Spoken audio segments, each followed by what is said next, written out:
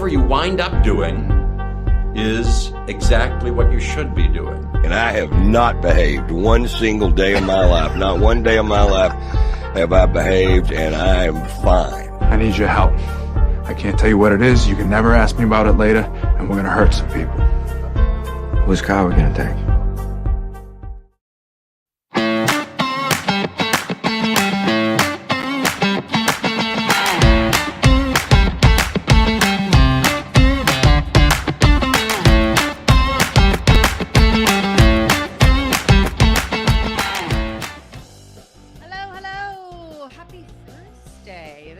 Nikki Medoro Show live on YouTube starting at noon Pacific. A big thanks to everybody that's here. We're going to be talking the EDD, and the problems continue to mount, and really unfair situations for a lot of people. We'll show you a little bit of a KTVU report that is just shocking. Jefferson Graham will be joining us also in the back half of the show, the second part of the show, as well as Krista Maloney with the San Francisco SPCA. We have another Rescue DOG feature. Love to get some of these adorable pooches adopted. So if you are looking for a new family member in your life, make sure you don't want to miss that one. So very cute. So all of that plus big developing news regarding those street vendor attacks in my neck of the woods here in San Jose. But before we do all of that, we have to first say thank you to our founding sponsor, Steve Moskowitz. Give him a call if you have any tax needs, HR needs, accounting needs. AAA Tax Deal, MoskowitzLLP.com. A big thumbs up, please, for the show while we started off. Smash it, as we like to say in the Station X world. So just click that thumbs up just once. It helps us out. The Super Chat is live. You guys were so generous yesterday. I'd love for you guys to be generous again today and every day. Yesterday, of course, was our 100th show. Today is a bittersweet anniversary for me because today is the anniversary of what would have been my third year of doing my own show at Station X. But you know what? Ignore that anniversary. Let's just continue on in the future with this one as we just grow this show even more. But if you want to donate a couple bucks, super stickers, super thanks, all of that, the Super Chat is live. Also, the Patreon is another way that you can have a sustaining support of this show. So you just go to thenikkimedoroshow.com and our Patreon link is there. And you can become a monthly subscriber. I know some of you just love supporting the show in that way. Some of you, it's really interesting, and I think it's so sweet. You want to kind of hide your donation a little bit. You just don't want any of the accolades. I had two separate emails from two separate viewers that kind of said something along the same lines of like, I really just don't want to go out there and put my name out there during the Super Chat, but I love your show, and I want to continue to support you and to support Kim. So whatever way you want to donate, we have an amazing community in the comment section. I love all of you. Some of you disagree with me on the daily, and I love you guys too. I love the conversations we have. But if you can donate whatever amount per month, please go to the Nikki Medoro Show and consider being a Patreon subscriber. And then finally, we're almost done. TheNikkiMedoroShop.com, the Nikki Medoro Shop, where you can get some of this merchandise right here. I realize I'm like really in black today. This is my thermal. I'm freezing my ass off. It's extremely cold. I'm freezing. I had to turn down my PG&E bill. I see Kim McAllister is in the chat and laughing at me. I'm freezing my ass off. So well, you know what? Exactly. Put on the thermal. God forbid you turn on the heater because your PG&E bill is going to break you. I'm so nervous. I am so scared of my PG&E bill. So we moved and because we moved, I'm kind of like paying for the other house and still paying for this house. So I've had all these PG&E bills. And right before I started the show, I'm like, you know what? I'm turning that thing down. I'm just going to be sniffling. Being cold all day. Were you late to the show? I'm seeing in the chat. You were. Oh, God. Give me a break. Yes. Someone wants to write you a tardy slip. And then they say, I'll write the tardy slip. Oh, wait, I'm tardy too. No, I was like 2 minutes late. I apologize. Well, it was good because I ran about a minute or two over on the Mark Thompson show. I'm really bad at like wrapping it up. So I think a lot of people go straight from one show to the other. And so which is good. What we want. Yes. That's right. So it's really good. And it kind of, even though it's on a different channel, on YouTube, it Right. really makes it feel like the old station when you go from one to the other. So thank you for doing that if you did. And so sometimes we're not so good at juggling when one ends and one starts.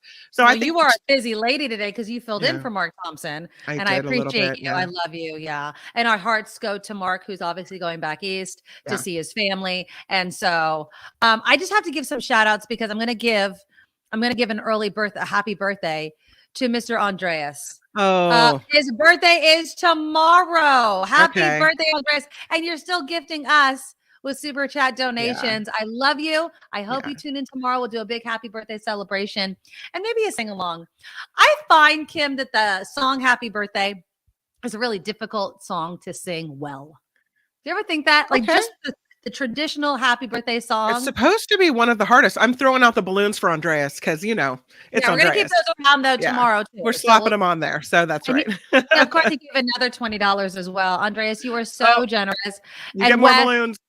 And Wes, even though he wants to write me a tardy slip, which you could totally do it because I was 2 minutes late, a super sticker and a $5 super sticker. I appreciate all of you. I really do. I love it. Yeah. It's awesome. So the EDD. I'm going to say this. This department is a boondoggle. It was not prepared for when COVID hit, right? And on one hand, you could say, okay, was any agency prepared for something that had never truly happened in modern times? But then it just got worse and worse. Fraudsters were getting tons of money. From prison even. Yeah, and then people that really needed the help weren't getting it. Yeah. And now we find out that they're garnishing the wages of people who were granted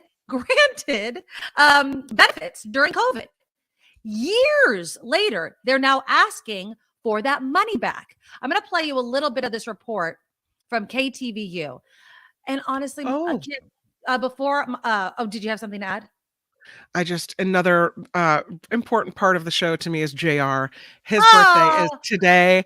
So he says happy early birthday to Andreas. Pisces power, baby. Happy birthday, JR. Yes. You know what you get? I'm telling you what you get, my friend. You get the balloons. Let me get to it.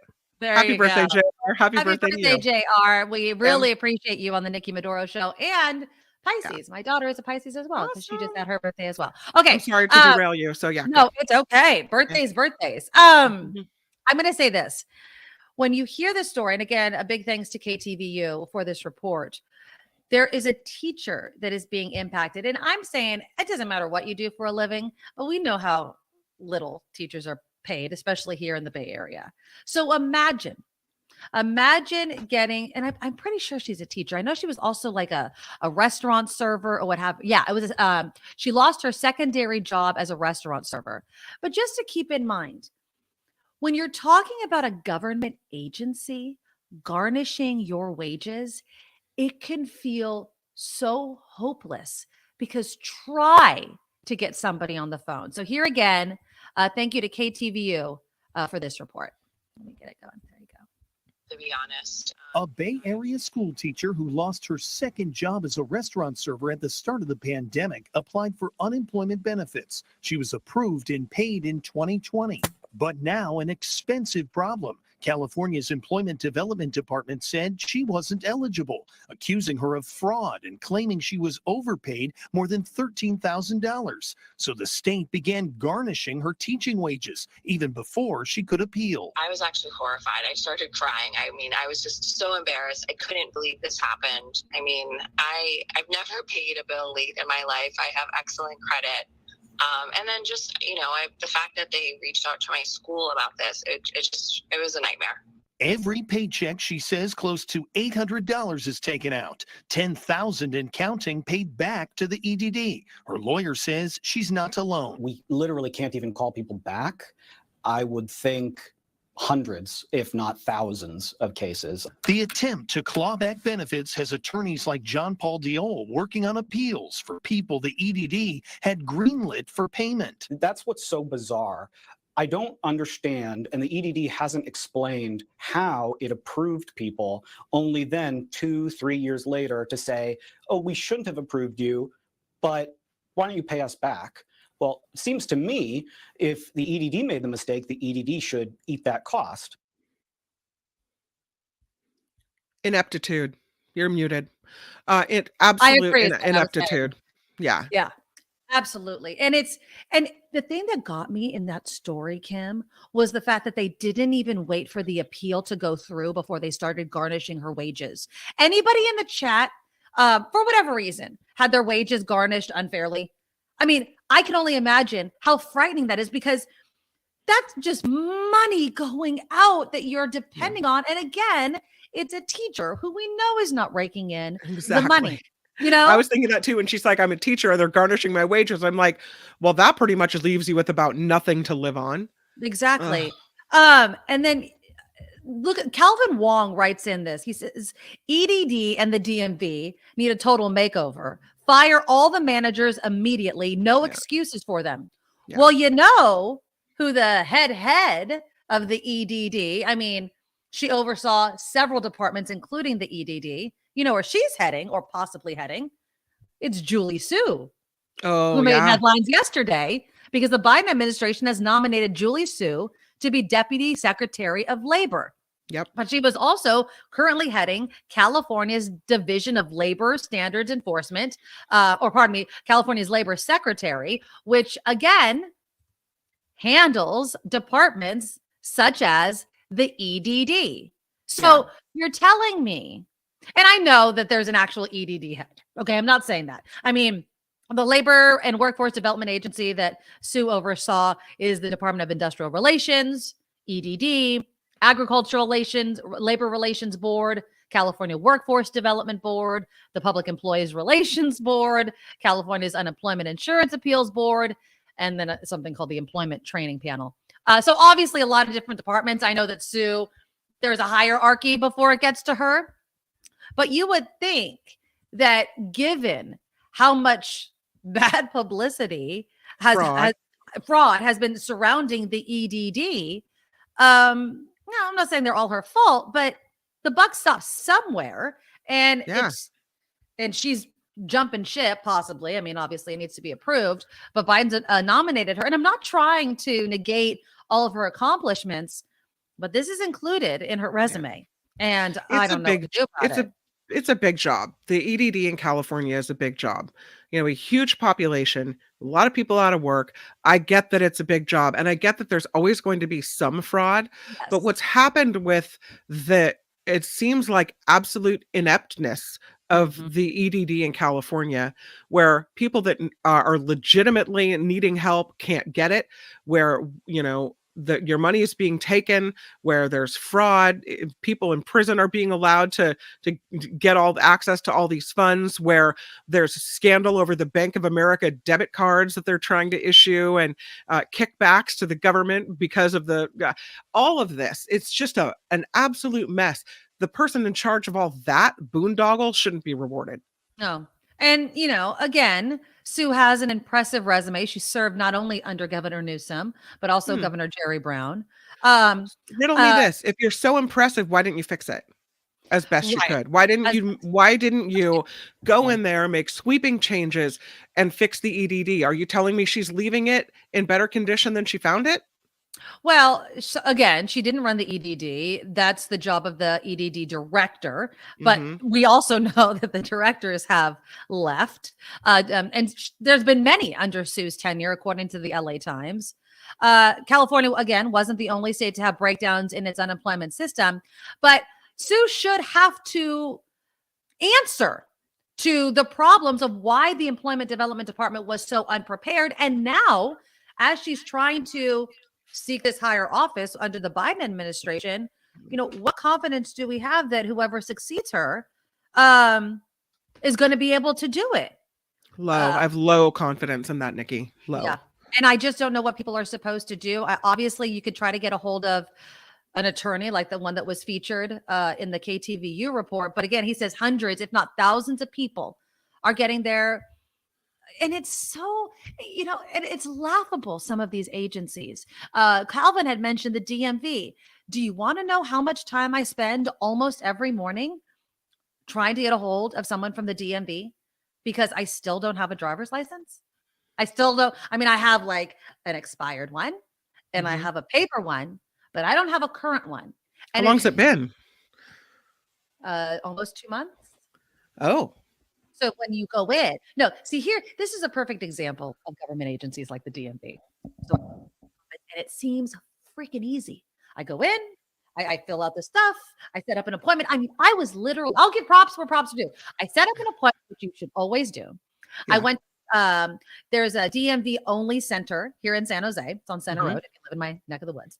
Had an appointment, no line, straight up there. I swear to God, from the moment my foot went into the building to the moment my foot left, less than 20 minutes. Now that is saying something, okay? Go in there, guy does it. He even says, do you want the same picture on your license? And I was like, hell yeah. Like, I don't want to take a new picture. And so it was great. And he's like, yeah, he's like, I bet a couple of weeks. Well, a couple of weeks. And then more weeks. And then you have to wait a certain amount of time before they will actually even talk to you about replacing it again. And so finally today was the day where I'd met this time threshold, and I call, and then it's wait on hold, and then they hang up on you. Like you're on this automated music thing. And infuriating. And so then you start all over again. And then it goes, well, do you want to call back? And I'm like, sure, I'll get a call back. And the time frame where they said I'd get a call back, 7:30 this morning, Kim, I started this process. 7:30 this morning. And so finally, and I'm carrying my phone with me everywhere. I've tried all the different numbers that they give me. Finally, I think her name was Mary. She calls me back. Finally, I got one of these calls back. And she was really, really sweet. And she goes over it and she's like, I see that they keep telling me on the online service, yes, we mailed you your new license. What identity theft person has it is what I want to know. And I'm like, okay, well, where the hell is it? And so finally she's like, yeah, I see it. And I see here. And so they're going to send me another one. So I might have 2 IDs, which honestly, I'm totally stoked about if they both actually come. Yeah, but I don't know where my other ID is. I don't know why anyone would want it, obviously. I mean, I guess I'm old enough if someone wants to buy booze or something. I mean, my address is on it. But yeah, it's so frustrating trying to get through the automated. And then Miles is the automated guy with the DMV. Yeah. Screw Miles. He never answers my question in the right way. Andreas writes, even legit businesses that fall behind on their payroll taxes get shut down by the EDD. You can negotiate with the IRS, but not the EDD. Something is wrong with that. Absolutely. Especially, Andreas, when they're garnishing your wages and you have no control. It's theft. It's theft. And I love what the attorney said is like, look, if it was your problem, then you eat it. Hands down, I think that's absolutely true. Wes is convinced that it's because you moved, and they don't forward that type of document if you move. But you went 2 months before you moved. They already said they sent it before you moved. So I don't think it's because she moved, Wes. That should have been dealt with way before that, right? No, yeah, because I already had all the documentation. Yeah. And when I went there, I was saying that. I was like, I want it sent to this address because I moved. And dude, I mean, the DMV, it's like the EDD. I will give Mary props, though. She was awesome. Like really, like we read it. She's like, we verified it twice. It's hold on, let me read Randy's first. When I went to renew my license several years ago, the DMV informed me that my license had been surrendered in Florida. News to me, as I'd never been to Florida and still had the license. And then JR says, thanks for reminding me my license is expired. So you're like me, JR. It's on your birthday that it wraps around. Exactly. Let's see. Floyd says they wouldn't allow me to give the people's eyebrow for my driver's license picture. You should have just. What's the people's eyebrow? Oh, is that the wiggle? Right? Okay. All right. Can you raise one eyebrow? Can you do the? No, you're like my daughter. You raise both of the eyebrows. Yes, it's raised. That's right. It's like Elvis. You have to do it. Well, maybe. This is just fabulous. Oh, it's so funny. Oh, I love Andreas with another $10 donation. I love you, my friend. EDD needs to be Trumpized. See, Nikki, there is a place for ex-Trump, ex-president. I don't know, man. I don't even like to see Trump's name. The DMV kiosks are great. But again, I had no problem going into the DMV. I had no problem setting up the appointment. But ask me when you do have a problem, like wage garnishment, like where the is my driver's license, then see how easy it is to get those things solved. And again, I was this close to setting up another appointment to just do it all over again. But then I'd have to pay the $33 again. And I'm not saying $33 is going to break me, but screw you if you're getting my money twice. I want my damn license. So yeah, I mean, it's not as bad as wage garnishment. I'm not trying to make my problem that serious, but something needs to be done with the EDD, and it's still causing problems. And Sue, whether she becomes official labor secretary or not, I think should have to answer for some of it. Did you see that there has been a development in the San Jose SAP street vendor case? A suspect has been arrested. So do you remember there were 2 attacks on street vendors? One was outside that auto body shop where the guy was arrested because he worked there and made it abundantly clear who he was. And the other one was some guy right outside a concert or something was happening at SAP. It went to the hot dog vendor, apparently wanted a free hot dog. And the vendor was like, no, this is the vendor. This is what happened to the vendor. Ooh. Yeah. Sal Raconco. Sal Raconco was beaten. Had serious injuries. And all Sal was doing was selling hot dogs on the street. Yeah. He's just trying to make a living, and he's allowed to do it. It's legal, by the way. They couldn't find the guy. Well, an arrest has been made. There he is. Dioscoro Reyes. That's his name. He has been arrested. I think he's from, I want to say Hayward. Look, I understand. He's of Hayward. He's arrested for felony assault. He has posted bail and is no longer in custody. They say he's drunk. That's the allegation, is the guy was drunk when he was approaching. Yeah, that's Raconco. believable, I guess. Yeah. It's believable, but Jesus. Drunk and angry. You're drunk, you're angry. It doesn't excuse your behavior, but I am glad that they found him. It's just this whole thing of violence. Did you see this other story? And I saw it right before I got on air. And so I don't have it up right now, but maybe I can get it up right now, about this 16-year-old kid who was stabbed at school. Yeah. Is at Montgomery High. In Santa Rosa. Yeah. As a matter of fact, our school district sent out a big note about it, offering counseling to kids here because someone died in this incident. Yeah. Well, okay, so here's the story as I understand it, and you can correct me if I'm wrong. So the kid that eventually died and another kid go into like this art class where they encounter this freshman kid. They get into a fight. The teacher tries to break it up. Then they start fighting again, and the freshman that was initially attacked, pulls out a knife and stabs both the kids, and one of them ends up dying.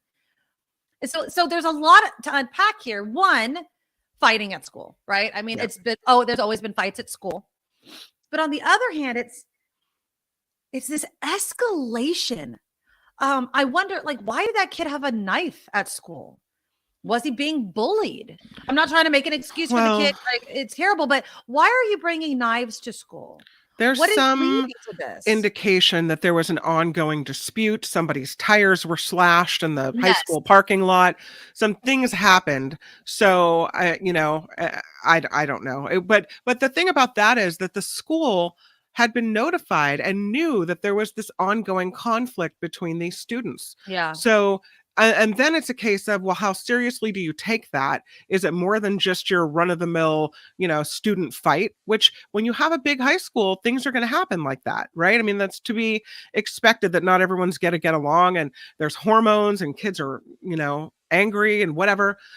But how seriously do you take that if you're the school? And have they been remiss here and not getting involved sooner? What would you do if your kid was in not a fight like this, no punches thrown, but just kind of some pushing and some shoving? Nobody got hurt. The teachers didn't see it. Would you, knowing things about, social politics and stuff like that, would you get teachers involved even if nobody was hurt and they kind of squashed it? Would I get teachers involved, complaining about what happened? Or if you found out, Jacob, your son, got into a fight, but it wasn't like a fist fight. Nobody got hurt, but it was like shoving. And the reason why I'm asking this is, at what point do you get involved? Right. What point, because for instance, I know my kids. Oh, well, one, my kids are not fighters, but especially my daughter, she always laughs about it. She's like, I'm running the other direction. But at what point do parents get involved if there is no teacher that noticed it? because obviously I think, and we don't know all the details, there was an ongoing feud between these kids. And maybe, and I'm not saying it is, maybe because of this feud is why this 15-year-old felt he needed to be armed with a knife, because he stabbed one of these kids 3 times. That is violent. That is, there is something there. It's not like, stand back, I'm going to slice you, and like, oh my God, there's anger there. Yeah. And I don't know when to step in. I think teachers have a responsibility to step in during bullying when they hear one child saying something mean to another. So then it becomes obvious to me that if the confrontation becomes physical, they have a duty to stop it immediately, right at that very moment. Yeah. Did you hear about the situation that happened in Petaluma just a few days before the stabbing in Santa Rosa at Montgomery High School? At Casa Grande High School in Petaluma, there was some feud going on between 2 groups of students, right? Okay. And somebody had done something bad to let's call them group 1 and 2. Okay. Someone had done something bad to group 2. Group 1 attacked group 2, right? Okay. So group 2 at school dons ski masks, busts into a classroom where someone from group 1 was attending the class, gives them a beatdown in class. They run out and they run back to their own class where they're supposed to be. Obviously easy to, identify them. So they are then, the police are called. The police go into the classroom and arrest the kids who allegedly gave the beatdown to group 1. But how brazen to do that, to go into a classroom at school in front of all these people, in front of the teacher, in front of everyone else, and do a beatdown. And I would say the one thing when I mentioned that teachers should get involved and should stop any physical confrontation, when you have a group of students that come in and are beating someone up, I think for safety reasons, there's no way you can stop that. Right? Yeah. I mean, you can't put yourself in front of a group of people who are, destined, bound, and determined to want to hit and hurt someone, because it's not safe. You can't stop all these people at once by yourself. No, you can't. But I also think that then there's a mentality of these children that think, no one's going to step in and stop us, so we're just going to go beat their ass. And we'll just take whatever consequences that there are. And that is what is frightening. And I think it was Murphy who was asking, should they look more like airports? You know how I feel about, schools. Metal detectors. Metal detectors looking more and more like prisons. But, I don't think that when I go to the airport, I don't think like, oh my God, this is like a prison when I go to the airport and have to walk through a metal detector. I don't know how feasible it would be. But yeah, something's wrong with these kids, and it's just so tragic. And I was watching the news report on that 16-year-old's death, and I feel for the parents. And that's why I was asking, like, when do you step in? Do you step in just at the first kind of problem with each other? Even though there'll be a repercussion for the kid, right? It's just, well, that kid pushed my kid. Well, how much of a big deal are you going to make over stuff like that? Or does it have to get where someone's bloody? No, the first sign of trouble before anything escalates. Let's just nip it off where it is, at the bud, as they say. I want to tell you before we switch topics and maybe move on to our guest, and I don't mind if you want to skip news and go right to him, it's totally cool. But I want to tell you that at junior high, apparently kids are jumping each other. And that's kind of how, when you say get jumped, it means someone jumps you, pulls you to the ground, and starts punching you. Right. And so Julia, who doesn't go to the main junior high, but a smaller charter school, she's got all these videos being sent to her by friends at the junior high who are saying, this girl got jumped today. This person got jumped today. And she's looking at me with wide eyes saying, Mom, if I went to that junior high, I'd probably get jumped, or maybe I'd have to jump someone else. And I'm like, listen, we don't do that. That is, first of all, getting involved in fights is tacky. We don't do it. We're not going to fight people. We're not going to do that. If you have a problem with someone, there's a different way to settle your differences. Yes. But I think when you talk about mentality, it's true. Kids are feeling, I don't know, that's the way to settle problems. So we've got to rewind and teach them that is not the case. Well, yeah, and I think also, with social media, and I know that sometimes social media is just the catch-all blame for everything, but I think the fact that kids can't ever disconnect from whatever bullying or conflict there is, because if you leave school, then all of a sudden you can hop online and you could still be bullied there, that there's no time to take a breath, reset, evaluate, was that really that big of a deal? Is there another way of handling this? Those sorts of things, because you're constantly being bombarded with people that you know from school or somewhere else. Wes writes in, when I was a kid, if I got in trouble at school, I was in much bigger trouble when I got home. Yes, that's I right. think there's problems elsewhere that make a kid think that it's okay. And you're absolutely correct. I talked to my, because my son is smaller than most kids, and yeah, he's in 6th grade and he has a lot of growing to do. We're short people. He's not going to be a very tall kid. I mean, it's just, and I tell him, I'm like, people will point out whether it's you're short or your hair is frizzy or you have a big nose. Like, kids are mean, right? They just, they automatically point to physical things to make fun of. And I said, your height will probably be one of them. And the truth is, you need to change what you tell yourself in your mind when they say that to you, instead of letting it get so under your skin that it becomes, one, the source of anxiety for you, and two, that you might want to fight somebody over it, right? Because it's a fact. If somebody looked at me and said, you're short, I'd be like, yes. I wouldn't want to fight over it. Like, yes. And you have blue eyes or whatever. Like, they're just facts, and they don't need to upset us. And so it's something that I'm trying to always instill in my kids is nobody's perfect.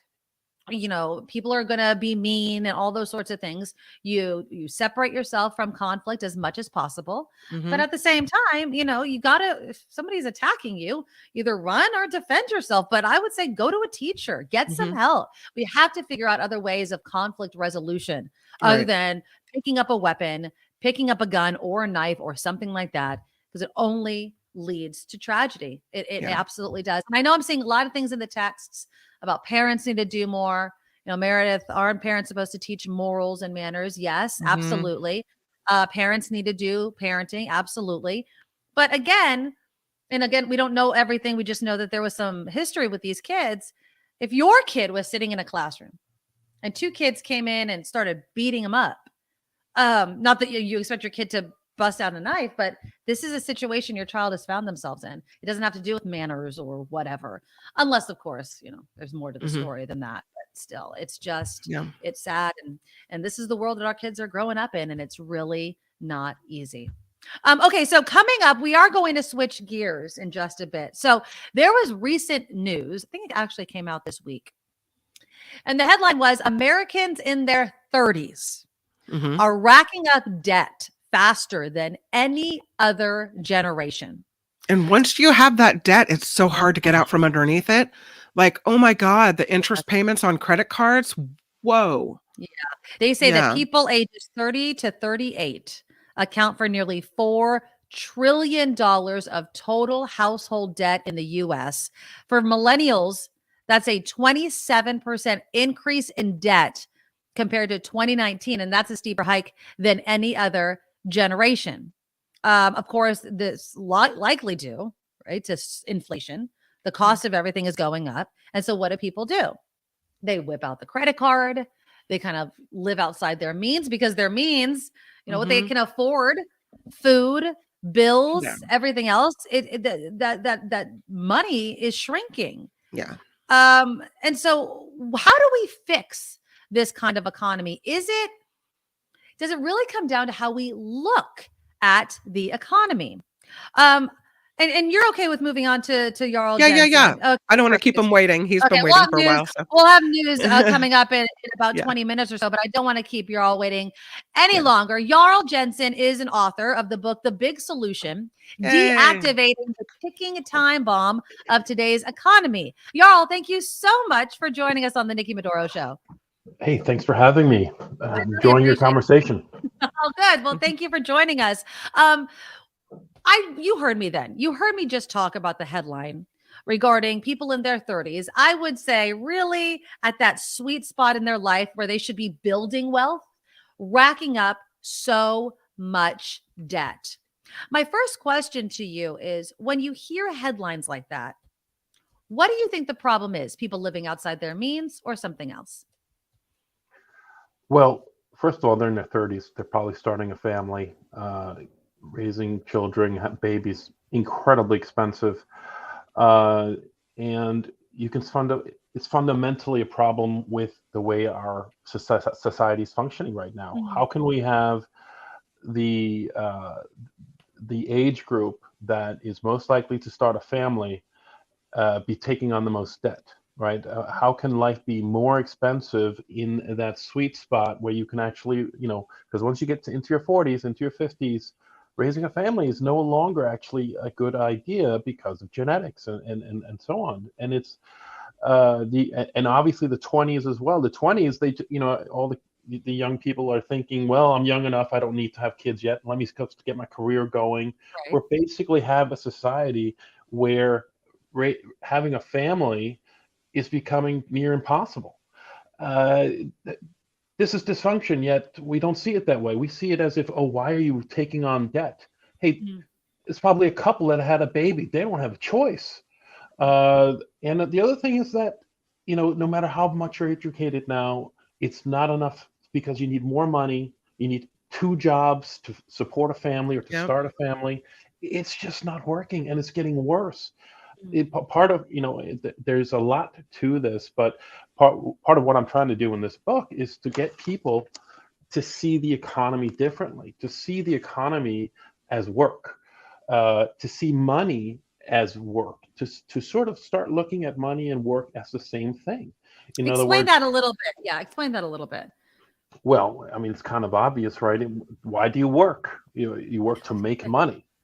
But in today's society, well, it used to be, a longer time ago when money was gold, that you would kind of work for gold. You worked for a specific thing, but then they started doing something called fractional reserves, which means a dollar was only a fractional of a gold, and then all of a sudden there's no gold to a dollar, so they can just print all the dollars they want.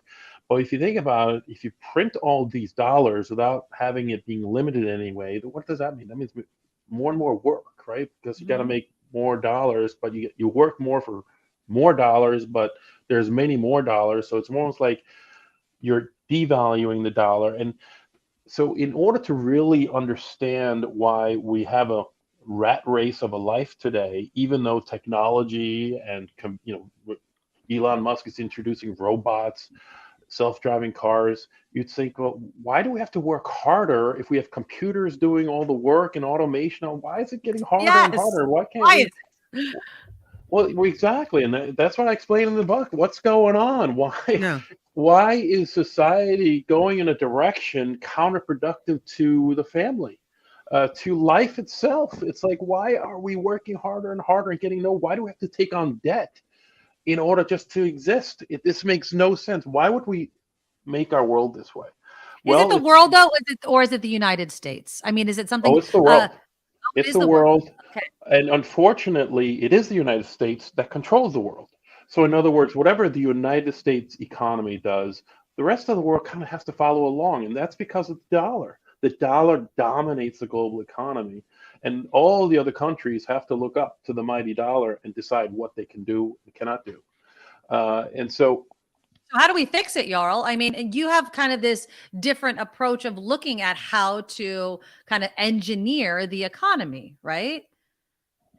That is correct. If you think about it, engineering is how we got computers. It's how we get all this technology. And there's one, and it's everything. I mean, we engineer everything. Bridges, we can engineer a bridge to last for hundreds of years, but in our economy, we don't know what's going to happen tomorrow. Think about that. We actually have predictive engineering and science understanding, so we know what's going to happen in the future. It's predictive. Economics, not so much. And it's almost like, well, why was the most important thing in society, how money flows, comes and goes, the most important thing in society? How come we don't understand that? How come we don't know what's going to happen next week? Well, wouldn't it be the human element to it? I mean, that would just be that's the first thing that popped into my mind. I mean, a bridge, I could shake the bridge and we could see what happens. I don't know what happens when people, they change, they do things. You took economics 101 and that's what they teach you. But of course, that's all wrong. You don't control in science. If you control the inputs, you can control the outputs. What people do is the output, right? So we can't control how fast a car drives by looking at how fast it's going, right? You have to look at the engine and how much fuel and so on, and so you can determine how fast you can make a car go. Well, the same with the economy. You have to look at the inputs into the economy to control the outputs. Today, economists are taught, and we're told that we don't know what's going to happen because we don't know what people are going to do. Well, guess what? If people had money or they had jobs, we know what they would do. They would go to the job, make money, and they would do better, right? In other words, but what's controlling these inputs? What is the input into the economy, right? So it isn't the output, obviously. It's not what people do. The input into the economy is the banking system. And this is what I call the debt-driven economy. In other words, the banks control how much money they loan out, and that determines how much money people can get, right? And how much money they can spend, and so on. And so when the economy, so it's almost like it's a little bit shady if you think about it. So the banks that control the money, right? They certainly don't want to be blamed for the outcomes, even though everybody knows it's true. The Federal Reserve right now is the topic of probably most people's minds right now, because they know if they raise the interest rates, boom, there goes the economy. And it's coming, by the way. They are going to raise interest rates, and that is going to hurt the economy. That means people get fired. That means people have trouble paying for food. That means more children go without food. It means more homelessness. But the banks, oh no, it's not us. We just have to do this to control inflation. No, so if you look a little bit deeper, you get to realize that it ain't that complicated, guys. You have a monetary policy, and you follow that policy because that's what the Federal Reserve is supposed to do. But what is that policy? Why was it written? When was it written? Why is it this way? This is where fundamentally our society is driven by. It is obviously all our interactions, right? It's all based on money. I do this for you, you give me that much money. So everything we do is about money. So the people who control the money control what we do. It's just very simple. And so whoever or whatever, in this case, it's monetary policy that controls the money flows, right? That controls what we do, what we're allowed to do, what we're allowed to fix, what we can't fix. It's all because of how money flows. And so if you look at it from an engineering perspective, you go, this is just crazy. And not only is it, bad for society with the fact that we can't fix our problems, all these poverty, global warming, whatever your issue is, it can be easily solved with a change of monetary policy. You do have to use engineering principles. You can do all of these things without becoming some communist country. You can just use free market principles to solve all of our problems. And things that people are going crazy about, like global warming, you can literally go, oh, we don't have to worry about that. Oh, we can probably fix that in 5-10 years. Yeah. If we're allowed to understand and engineer our monetary policy. All right, so let's go into history. I mean, the history is that in 1913, go back a little bit further, 1907, J.P. Morgan bailed out the federal government. Literally, the J.P. Morgan, the big bank that exists today, bailed out the federal government. And then he goes, in return for this favor, we're going to create something that's called the Federal Reserve. And this Federal Reserve is going to be controlled by the commercial banks, J.P. Morgan being one of them, obviously. And that 1913, the Federal Reserve Act of 1913 was started, and in it was included the monetary policy. Basically, the rules of our economy was basically written 100 years ago. So it should be no surprise that something that was started 100 years ago no longer works, but it's so ingrained in our system that nobody even bothers to think, well, can we do things differently? Can we improve things? Should we improve things? Yeah, we should improve things.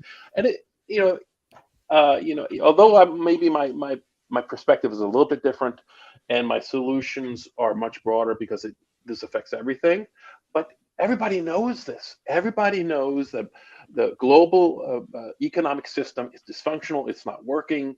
That we have all of these things going wrong. But what would be the first thing that you would fix? I mean, can you give us some examples of just ideas? I mean, obviously, it's probably more complicated than that. But what do you see as just some of the solutions that we could do to solve some of these problems?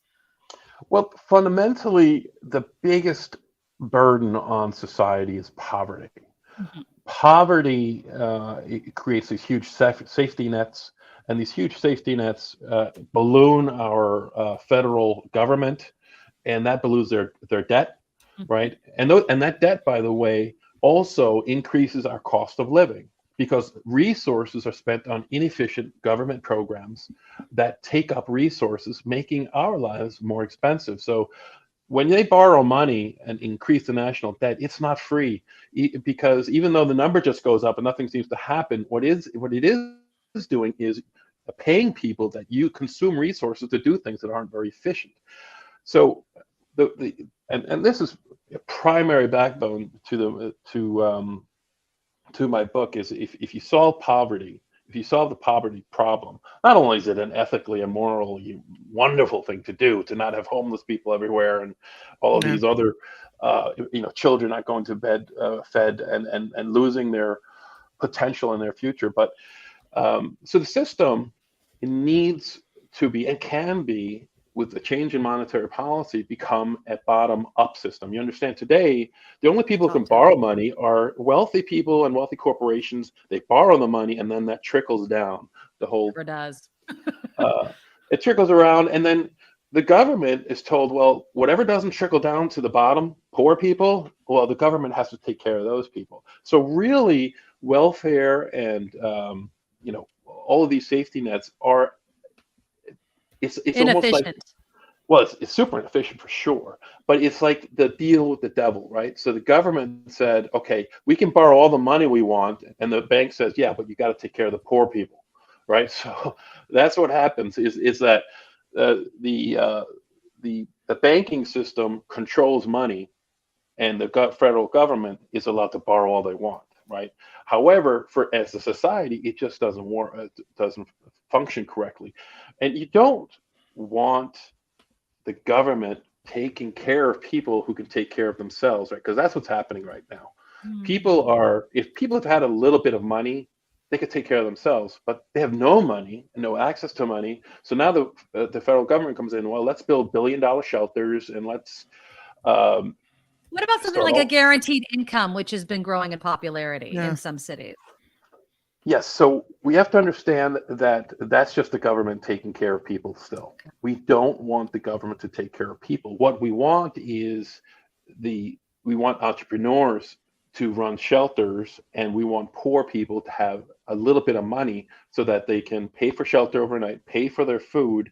We need poor people to be a bottom-up economy that basically gets entrepreneurs opportunities to take care of them, right? So the other thing we need is low-income housing that isn't produced by the government. We want low-income housing as an economic engine, right? And this is what happens if you start looking at or creating an economy that is bottom-up, right?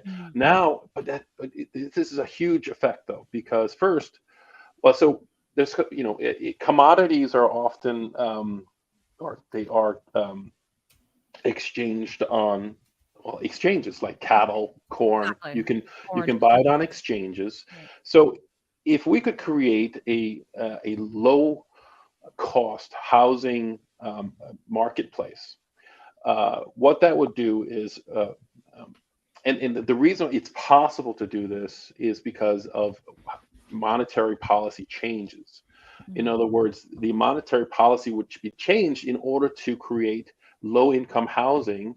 So an entrepreneur would go, okay, I'm going to build 100 units or rooms for people that I'm going to charge $2 or $3 a night, maybe, or whatever that price winds up to be. And they're bidding on it against other entrepreneurs. So it's competitively reducing the cost of housing. So in addition, the Federal Reserve changes its policy to create new money flows that goes into everybody's bank account. It's a very small number, probably $5 or $6. It has to be very small because if it's grandiose, people will say, "Oh, I'll just not work." Or so. So the idea is to create this very minimum amount of money that people can get by on their own, feed themselves, shelter themselves. This is but they're surviving, right? The whole point is that not to create easy street. The point is to create survival. And then from there, because you have a bottoms up economy, you can imagine the number of jobs associated with that. So the poor people start working for each other, right? Shelters are built, and instead of having volunteers working in shelters, now you've got probably formerly homeless people working and getting paid in shelters and so on. And you build an economy from the bottom up. Today, the economy is bottom down. You can imagine the number of jobs and opportunities created from a bottom up economy. And you're actually talking about a lot of jobs, because just in New York City last night, a minimum, probably much more, of 60,000 people were inside homeless shelters in New York City, right? And by the way, that's a cost to New York City of around $25,000 per homeless person per year. Right? It's just astronomical. I hear what you're saying, but when I brought in the human element, I mean, what about NIMBYs, Jarl? I don't know about in your neck of the wood, but go ahead and try to sell to a neighborhood building low-income housing that you're going to charge people maybe $5 a night to stay in, and they will say, no way in hell do I want that in my neighborhood. How do you control that? Well, I kind of agree that putting in low-income housing in super wealthy neighborhoods, it's like you're just ruining everybody's day, aren't you? It's like yeah, government. Debbie Downer, yeah. Well, it's I hate to be a sort of a. It's like you make you become successful, you make a lot of money, and you get this wonderful house, and then you're told right across the street they're going to build low-income housing. I know that's happening in Saddle River right now. It was a famous person's house was sold, and now they're going to put on this 2 or 3 acres of land, they're going to put a low-income housing. It's like all the neighbors, all these movie stars are living right around there. That's not why they're living there. This is not part, so I think that's just terrible government intervention of trying to find solutions that, again, it's like, it's none of your business, government, and it's just, again, overreach. It's resources being wasted. A bottom-up economy fixes this stuff. It's up to the entrepreneur to figure out the best place to put this low-income housing at the lowest cost. It could be that it's in this middle of Ohio somewhere where they start building a new low-income housing town, and this town goes, hey, if you bus in homeless people from every city in the country, and trust me, every city in the country wants to bus out their homeless people, right? And you bus them to this city where these entrepreneurs are building low-income housing with this new economic structure. The homeless people go there, they got shelter, they got food, and these entrepreneurs are providing it. The government has nothing to do with it. And guess what else starts happening now? The government now doesn't need a welfare program. It doesn't need this safety net. And by the way, out of the, I don't know what it is, $5 trillion they're spending a year now, is it 3.5? I think it's about 3.5 trillion of that is for safety nets. If the government doesn't have to spend money on safety nets, well, now all of a sudden we don't need a big government. The big government can be shut down for the most part. And I know there's people that believe in the government, that government can be all these solutions, but it's the most inefficient thing ever is the government, and entrepreneurs and capitalism. These are trigger words. You got to be careful how you use them, but entrepreneurs are the ones that solve the real problems. They are the ones that figure out how to lower the cost and make businesses work, right? It's a profit and loss structure. So if they don't make it work, they actually are out of business. So this is why you've got to turn to entrepreneurs, and I mean that business owners, and this is really the capitalistic model, but you have to turn to them to figure out how to solve this problem. But the only way they can solve this problem is if we have a bottom-up economy, along with the top-down economy. It's not like we have to change a whole lot of things. But all of this, and it is written out in the book in detail, all these ideas. But it's all because of this monetary policy and a completely misunderstanding of what money is for, how it's supposed to interact with the economy. If you think about it, if you can't control the work you do, you can't control what you're doing or what's going to happen in the future. And think about it, that's exactly what's happening in our economy. We don't know what we're working on. We don't know why we're working on it. Most people are part of a business or a service that has really nothing to do with the future of the economy. Most jobs are nonsense. And it's because we don't know why we do what we do. They call it free market, but it's more like mindless growth, right? They just get the GDP to grow, and then we'll be okay. More jobs and so on. But it's like it's GDP to where? Why are we? And if you look at the entirety of what's going on, we don't really have a purpose to our economy. We don't have a purpose to society anymore, and you can just see everything going astray. It's like it's no longer about families. It's no longer about raising a family. It's like it's just getting a paycheck to reach the next day and try to figure it out from there. Jarl, I mean, I could probably dissect this book with you for hours. Pick it up. It's called The Big Solution: Deactivating the Ticking Time Bomb of Today's Economy. Jarl, I'd love to have you back on. I mean, economic stories, digging deeper into this. I really enjoyed our conversation. It gives people a lot to think about, especially at a time when we're seeing what's happening with our economy and how much the Fed and the rising interest rates are affecting people every single day. So pick up Jarl Jensen's book again, The Big Solution. Jarl, stay in touch and we'll get you back on the show real soon. Sounds great. Just let me know. I'll be ready to come back on. Thanks for having me. Thank you. Thank you so much. Yeah, that's Jarl Jensen. Really interesting. It's kind of mind blowing when you think about it, though, right, Kim? This is the way the system is, and even though we know that the system isn't working for most people, it's like our whoopee, right? It's like it's our security blanket. It's like, oh, we got to hold on to this because it's all we know. Yeah. But like Jarl was saying, this monetary policy created more than 100 years ago. What do you say, 1907 or 1908 or something? And that we're expecting it to keep up with what we need it to do today. Right.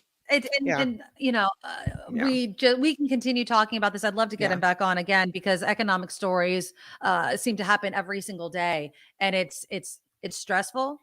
There was a great article I also was reading that Jarl had done. And it ended with this. Well, one of the lines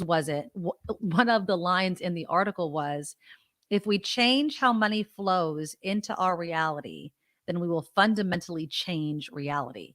And while it's kind of like this out there kind of thought, think about that. If we change how we fundamentally, create an economy where people make money and how they work and what jobs they have, and it would change our reality. And it's mind blowing. And I guess the question that I would have is, how hard is it going to be? And is it realistic to make those changes? Yeah. Like, can we really change the way that people offer housing to the homeless, or that, have entrepreneurs getting involved in that type of, how realistic is that to get people to convert to this whole new way of doing things?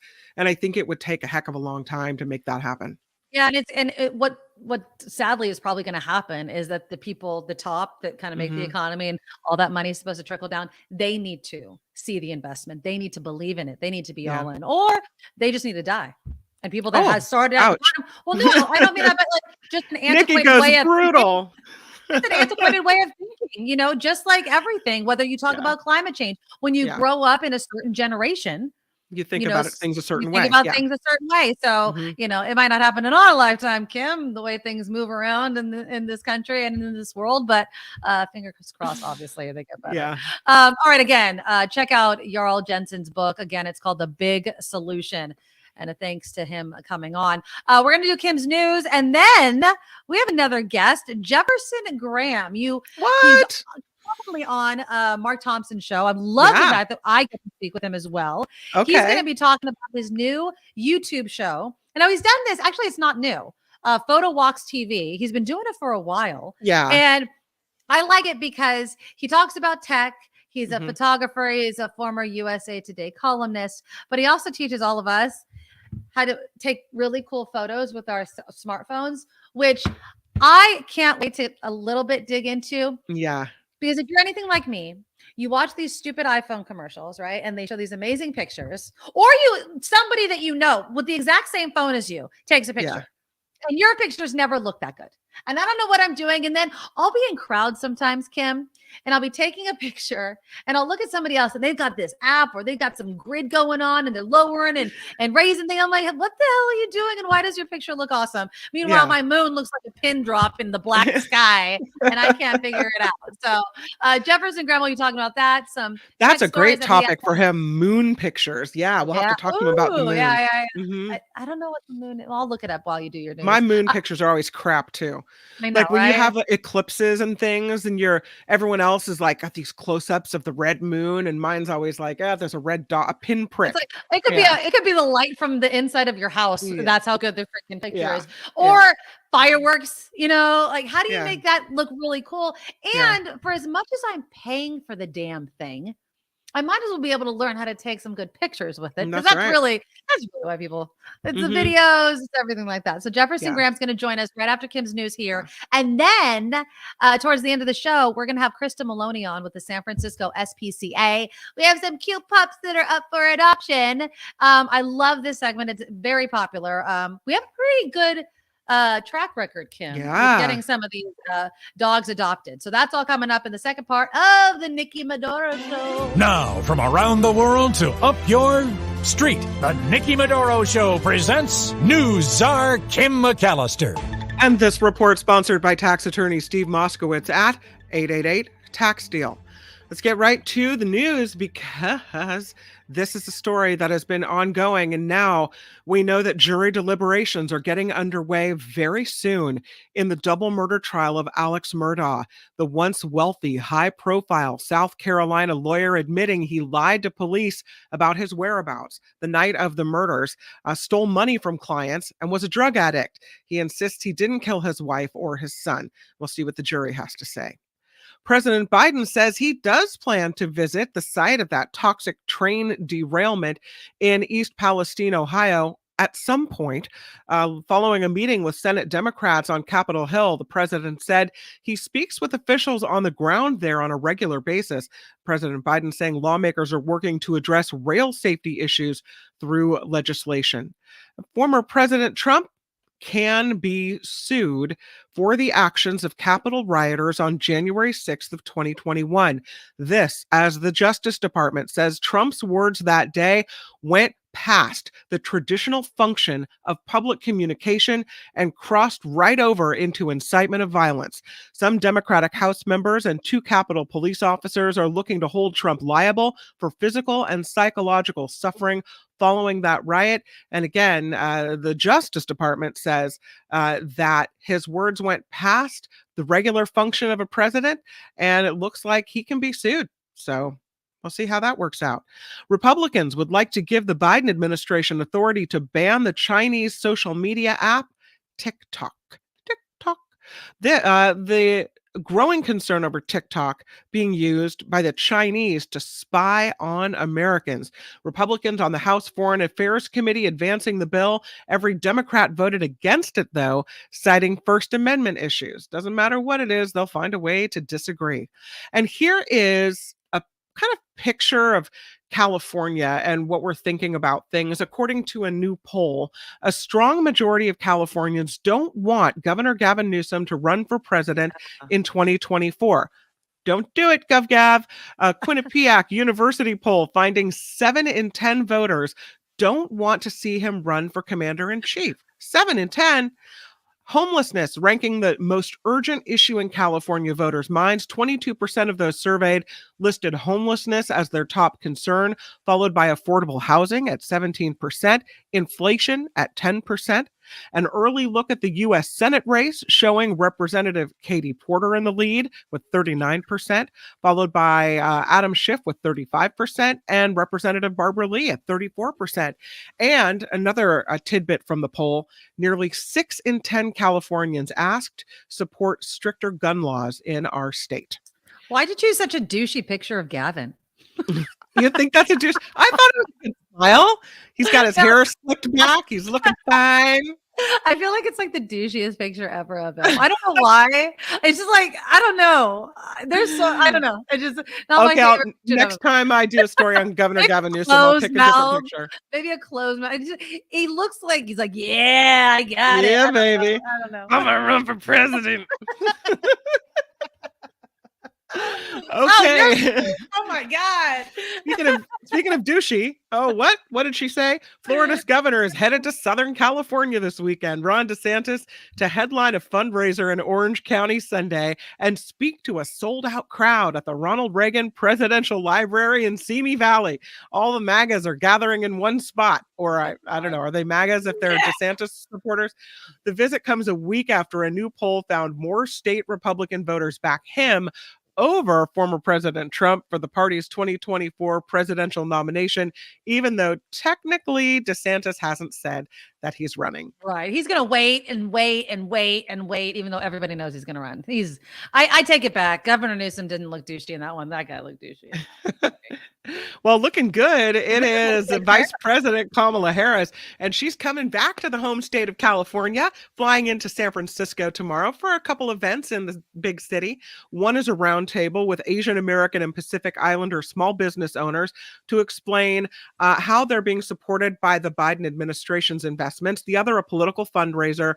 No word on if Harris will stay in the Bay Area all weekend, but she heads off to Denver on Monday.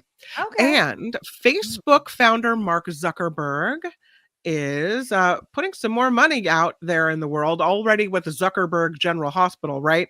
Well, now he and his wife, Dr. Priscilla Chan, are investing $250 million into creating a biomedical research facility in Chicago. And Governor J.B. Pritzker is saying the state is going to chip in another $25 million to support this big project. And the location isn't being revealed, but it will be named the Chan Zuckerberg BioHub Chicago. It is designed to bring together researchers with the task of developing new technologies for studying human biology. Ooh, nice. I don't have a picture. I should have a picture. Maybe you can possibly throw one up while we're talking about this story. This is very sad situation, unfortunately. There was a radio personality that had been reported missing. His name is JV. The wife now of this missing radio host says it pains her to reveal that he is not going to be coming back. She gave an update on Instagram yesterday, citing new information. Natasha Yee says police have asked her to keep details private for now. They say foul play is not suspected. She works with Jeffrey Vandergrift, JV, at Wild 94.9. Again, known to listeners as JV on his morning show.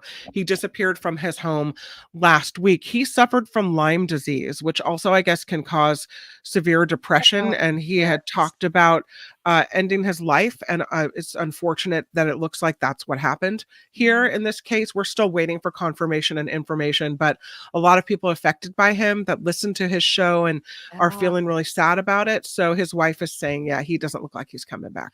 You know, I did some research into Lyme disease. Kim, you'll remember this. Before we found out that my daughter had Crohn's, we did a number of blood tests.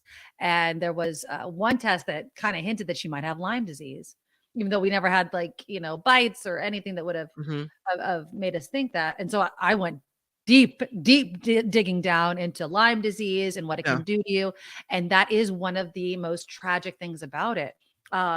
You don't even think about it. When you think of Lyme disease, you're like, oh, hikers get it. You might feel sick. No, it could really, work on your emotions and your mental health and how you feel. And my heart just obviously, I think the one thing that people want is for JV to be brought home in any way possible to find him. But it's just so sad. I was listening to the news this morning and the people that work at the station, you could just hear it in their voice. And Kim, it's such a close-knit community. And our hearts just go out to Natasha and his whole family. It's just really sad. Really sad. Okay, so I'm gonna end on a happier note before we get to Jefferson Graham. Look at that San Francisco Giants playing, everybody. Hey, Woo! climb aboard. We're going to Hawaii. Alaska Airlines is rooting for the San Francisco Giants, the carrier kicking off the baseball season yesterday with a new themed plane, tweeting, "We are ready to play ball." It's the third in the fleet since the company partnered with the Giants in 2017. It features 2 huge decals of mascot Lucille. The first flight was to Phoenix, so fans could watch the Giants at spring training. The plane will sport that look all year long. That's pretty nice. I like that. That's a cool plane. Yeah. Why not? Fly on the Giants plane. This report sponsored. I'm just going to leave this picture up. This report sponsored by tax attorney Steve Moskowitz for more than 30 years. Steve has put his tax knowledge to work for individuals and businesses alike. And if you need help with your taxes, we all know it's Steve Moskowitz is the one to call and the one you want on your side at 888-TAX-DEAL and at MoskowitzLLP.com. I'm Kim McAllister on the Nikki Medoro Show.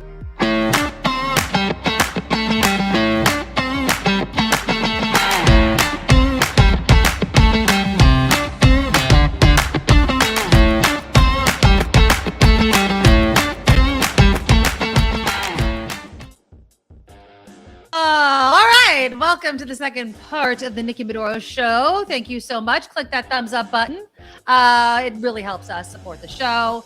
I will be giving some shout outs in just a moment to all of you that have been so very generous in the super chat. The super chat is live. It's a way for you to donate to the show. But right now, I do not want to keep him waiting any longer. It is the one and only Jefferson Graham. Oh, yay! Hello, my friend. Thank you so much for coming on the show. We're doing very well. I want to start off first by reminding people that on Thursdays, your show comes right after this show on YouTube. Yeah. Tell us about Photo Walks, because it's been around, but we really want to get more eyeballs on it because you're very close to 10,000, I hear. That's right. I have 490 to go. Oh, okay. Let's get it. People. We can do it. We can do it. All right. So what do people get when they go? Like, what kind of show is it for people that have never seen it before? So what's new is Photo Walk Talks Live. Oh, okay. So inspired by the great Mark Thompson and Nikki Medoro, I am doing a live show on YouTube on Thursdays, where I'm taking your questions and showing you some tips. It's all photo related. It's smartphone photo related. It's ways to get better pictures. It's way to back up your stuff. It's subjects that are of interest to everybody because it is on your smartphone and we all have them. And we bought the phone to make phone calls into text and email and to look up things. Right. And along the way, we got this camera and said, okay, fine, we got a camera. Then all of a sudden the camera got really good, really good. And it made point and shoot cameras disappear, basically. Mm-hmm. And it got to the point where pro photographers could shoot professional stuff on their iPhones. I do a series on YouTube called PhotowalksTV. That is the weekly show that comes out on Saturday, where I roam around looking for great places, how to get great photos when you're basically traveling. So last weekend I was in Solvang, California. Cool. And I want to go there. Like, if people have never been there, that's like, it's kind of a town from back in time or in a different country. It's really cool looking. It's an old Danish town that was inspired by Denmark immigrants in the 1910s, and their descendants are still running the 5 bakeries. There's 5 bakeries serving a town of 6,000 people. But the countryside, the countryside is amazing. It's Santa Barbara County, which is one of the prettiest places in the world. So anyway, we went there, and then this weekend we will be in Safety Harbor, Florida, a tiny little getaway off the beaten path town you've never heard of that I fell in love with when I was visiting Tampa a few weeks ago. Oh, nice. So that'll be out on Saturday. And then today we're doing the live show at 2:00 right after this one. And we'll be talking about what's wrong with iCloud for photo backup, because there's a lot. Oh, that'll be a good discussion. I want a taste, though, of your live show right now. I have an iPhone. Yes. That I take crappy pictures with. If you had to give me one piece of advice of what I'm probably doing wrong with my phone when I'm taking pictures, What is it? Okay. Well, first of all, I'm going to be in the Bay Area the first week of April. So I am going to call you up and say, let's go out and do a shoot. Let's do a shoot. Oh, that'd be fun. And we'll make a video, and I'll show you my favorite tips. But it starts with number one, treat your iPhone like a professional camera, and you could get professional results. And the number one thing that most people don't realize is that virtually all professional photos are taken in the early morning or between 5 and 7 p.m. in the evening. Timing is everything. Hour. Yeah, golden hour, magic hour, the blue hour, particularly the blue hour. Everything you see that is travel related, if it's not a portrait, if it's a landscape photo, is taken during that time. Now, on an aside, you all know, because many of us are in California, that it's been raining and snowing. And so I was running all over LA yesterday, taking pictures of the snow-capped mountains. And for that, you actually wanted to have the sun on the mountains so you could see the snow. I did do some sunsets too as well, but that the basic rule of thumb is morning or the evening. Also, Nikki, clean your lens. That's also a really good one. You wouldn't believe it, but it's true. Men carry the phones in their pocket. Women have it in their purses generally, and when you pull it out, it's filthy. I'll look at a picture. I have fingerprints all over mine. It's awful, and then you clean your lens by just wiping it, and it's night and day. Oh, okay. Well, that's some good advice. I like it. Yeah, because I'm going to listen to your show and I'll probably be in the chat because I always see people that I think have the same phone as me taking way better pictures. And I don't know, do you think that I need to download apps to get better pictures, or is my phone just built in, ready to go? My favorite app, my go-to app that I use for all my photos is called the Apple Camera app. Okay, I use the same app that everybody else uses. It's the camera app. All right. And when I shoot video, I shoot it on the camera app. Every episode of PhotoWalks is produced on an iPhone. So I'm using the same tools that everybody else has and showing you that if I could do it, you could do it. I don't have any extra gear. So I use the regular app. Now, which phone do you have, Nikki? I think I have. How high do they get? I think I have first let's look at the back. How many lenses are on there? How many circles? You have 2. So I'm predicting you have a 10R or an 11. That's my probably prediction. 11. How old is it? 2 years old? 3 years old? I don't know. How do you find out what phone you have? It's long and you don't want to go through it, but you go into the general. you go into settings and then you go into general and then you find your name in there and I have an iPhone 12. It's an iPhone 12. Okay. All right. Well, that's not bad. I do a lot of stuff on the iPhone 12. Do I need a Pro? Do I need the Pro or no? The Pro's not. The Pro will give you 3 lenses, and it's definitely nice to have. Now, when we talk lenses, 3 lenses. You have 0.5, which is ultra wide. You have 1x, which is wide, and then you have 3, which is telephoto. Everything I do is on all 3. I always do the shots on all of them because one of them is going to be pretty cool, and I'd like to have the options. So that's what I do. I took this picture yesterday in a bar. Never go to a bar, but there I was in the afternoon at a tiki bar in Petaluma.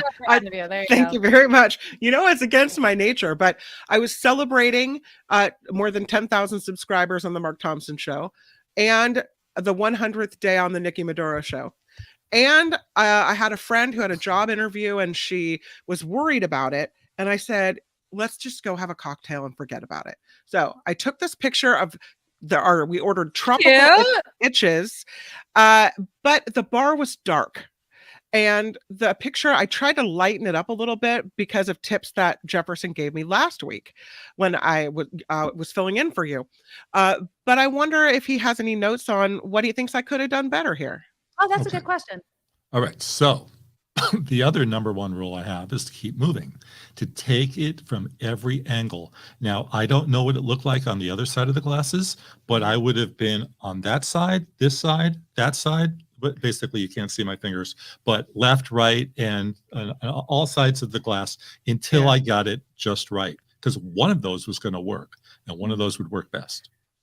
That's awesome. That's you have to treat your drink, Kim McAllister, like it's a movie star. So just it's the supermodel. Also, shoot above, shoot Yeah. over here, shoot over there, Ah, shoot I'm gonna over think you're there. obsessed with your drink. They're like, what's So wrong it's with the this? angle. I get Right. ya. Okay. Yeah. Well, Jefferson, I love the Okay. fact that you're doing this show. I like the live aspect of it. I'd love to have you on regularly on the show to tell us what's coming up on your show. Not to give everything away because we want people to tune Let's in. do Photo Tip Thursday every Thursday. And Done. I love it. I love it. I'll take pictures and Kim will take pictures and then you'll tell us what we did wrong. So then we'll get better. How about that? And then we'll meet in San Francisco and we'll do a shoot and it'll be amazing. Oh, and that we'll would shoot be on the so much iPhone fun. and we won't have to worry about our cameras getting stolen because There as you you go. know, they kind of like to steal cameras in San Francisco. Very good. Gotta keep it in our pocket. Jefferson Graham, tune into his show right after mine. I'll make sure that I always end on time, my friend. Thank you so much, and we'll talk next week. All right. Thanks for having me.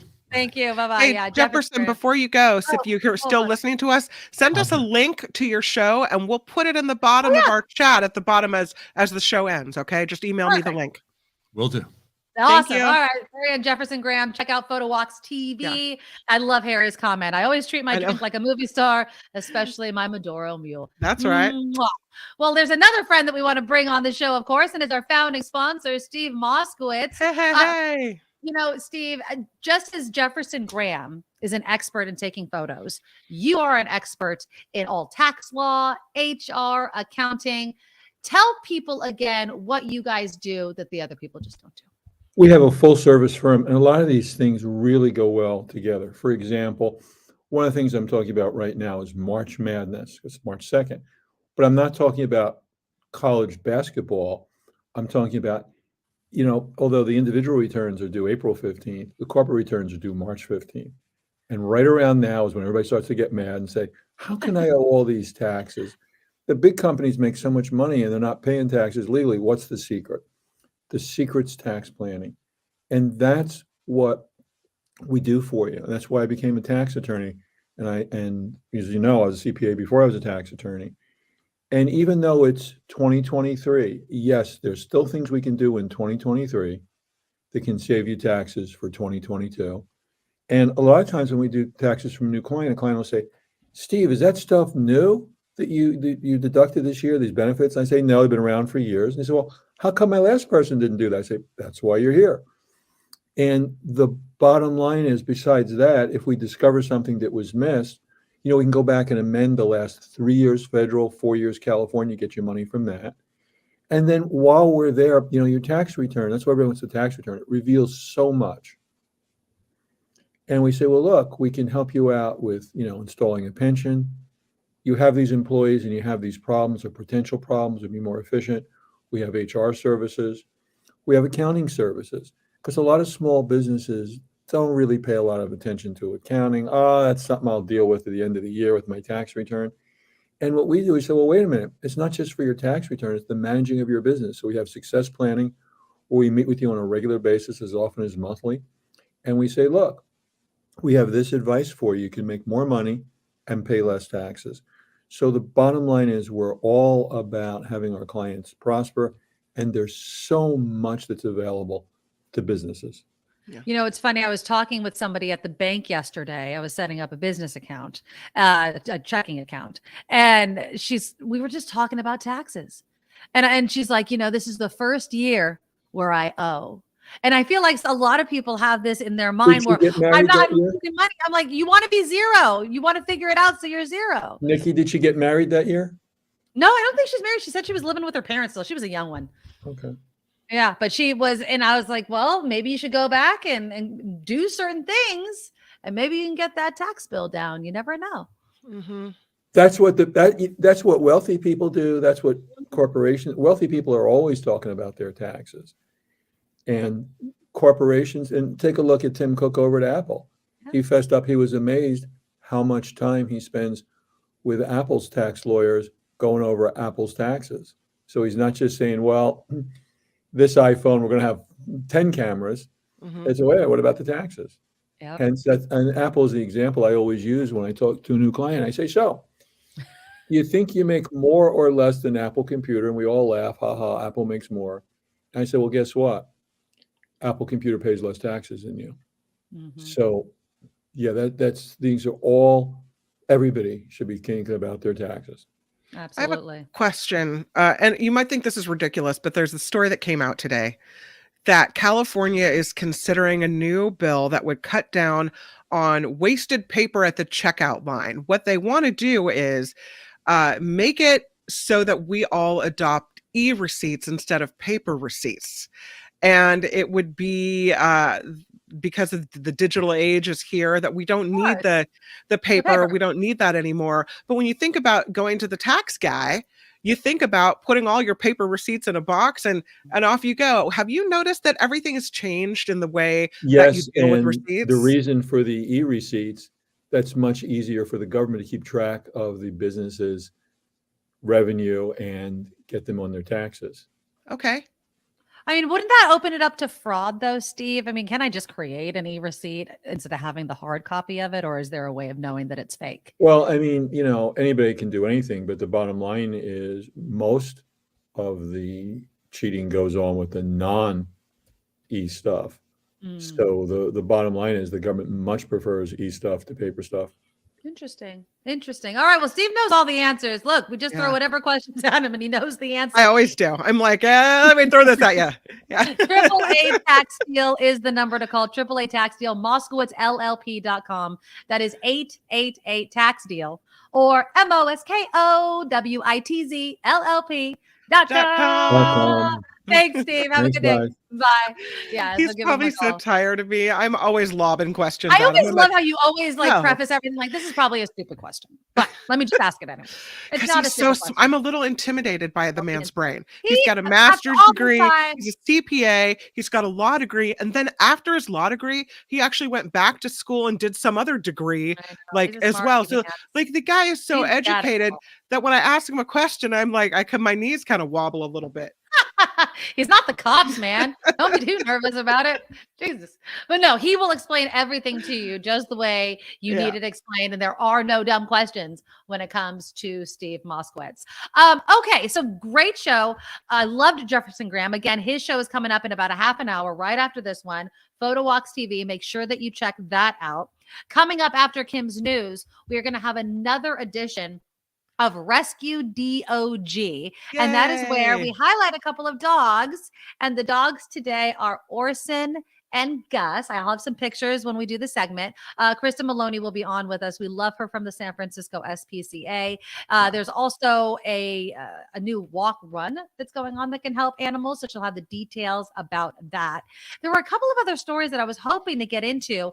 And one of them, I think we'll have time to after we talk to Krista Maloney. And it is this new study that found college graduates. And before I give you this headline, I want to preface this by saying that sometimes headlines like this come out and kids are just too weak. Okay. And the headline is recent college graduates are emotionally unprepared for 9-to-5 jobs. Oh. And I'll get into the study. It looked at the mental health and the well-being of young professionals and all those sorts of things. I don't think we can overstate how much the pandemic really impacted younger people. And of course, when you're starting your college career, or college life, and then a pandemic hits, how that really hits you. But there was a survey, just to let you know, this was by the Mary Christie Institute. And it looked at people between the ages of 22 and 28 with at least a bachelor's degree. So they graduated college. And they said they are the most emotionally... somebody's home from school. Oh, hello.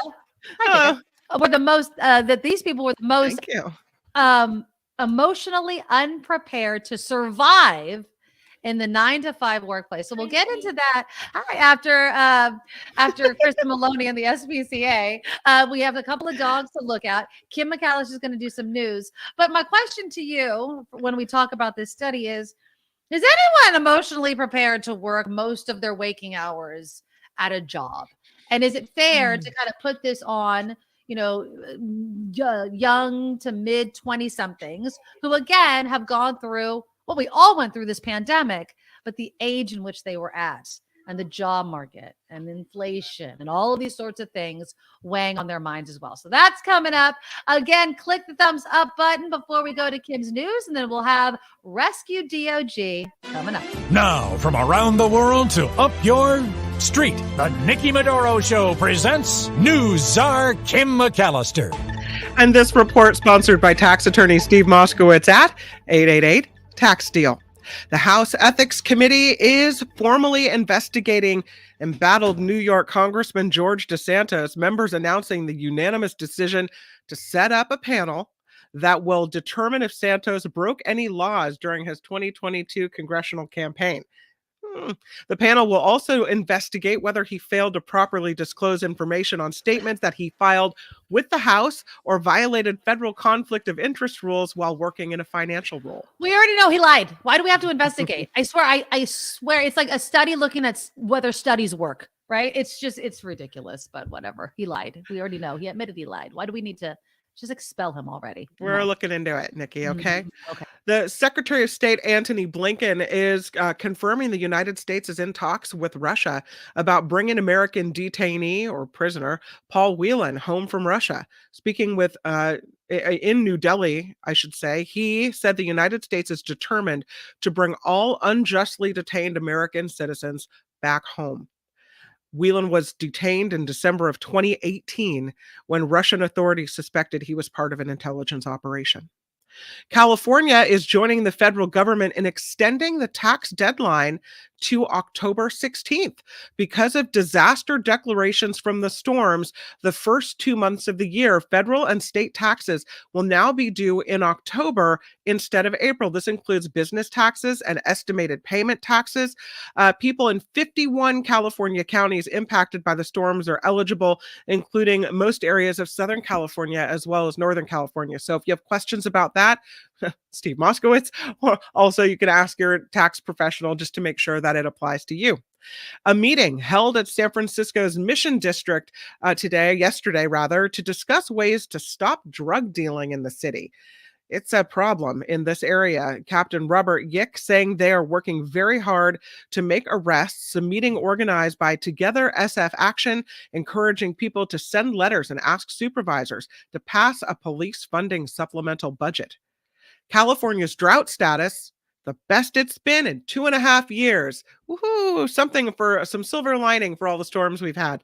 The latest numbers show 17% of the state is now out of the drought, the highest amount since September of 2020. Another third of California is in the lowest drought level now. Some parts of the state are seeing multi-level improvements in just the last week. California exited the 2 highest levels on the drought scale in early January, but with all that good news, we're still not out of the woods yet. This is kind of exciting if you're in Italy watching all this. Tom Cruise is shooting scenes for Mission Impossible Dead Reckoning Part 2 aboard a U.S. aircraft carrier near Italy. Cruise flew into the Italian port city of Bari, and it looks like he took a helicopter to the carrier off the coast of the country in the Adriatic Sea. The ship reportedly is the USS George H.W. Bush.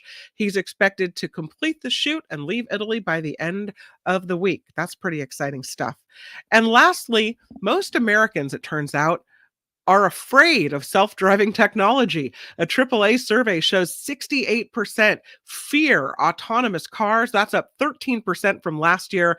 The director of automotive research for the Auto Club said the significant drop in trust for the technology is unexpected, but not surprising. This report sponsored by tax attorney Steve Moskowitz. For more than 30 years, Steve has put his tax knowledge to work for individuals and for businesses, and he can help you too. He's at 888 Tax Deal and MoskowitzLLP.com. I'm Kim McAllister on the Nikki Medoro Show.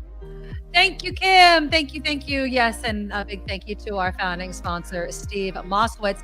Someone else that has been on this show pretty much from the beginning and followed us over from Station X joins us right now, and that is Krista Maloney with the San Francisco SPCA, who at KGO, we called it KGO Rescue DOG. Now we're calling it just Rescue DOG. Krista, I don't know what's going on in the background, but I can hear something. Can you hear me? Yes, I can hear you. Can you hear me? Oh, let's try to Is there barking? There's lots of barking, I think. Oh, is that barking behind you? No, there's no barking. Oh. Can you hear me now? I can hear you now. Okay, perfect. Yeah, that's better. That's better.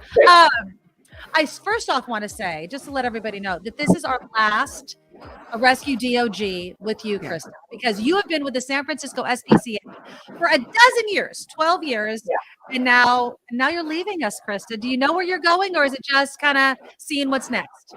Yeah, I'm just going to take a little bit of time off and just explore other career opportunities. It's definitely end of an era after 12 years. It has just been so wonderful to be here and so wonderful to work with both of you as well. We love being on the show. Well, I love it, and thank you so much. You're going to get someone else to fill your very big shoes, and we really do appreciate it. So, absolutely. Good luck to you. So let's get to these pooches, though.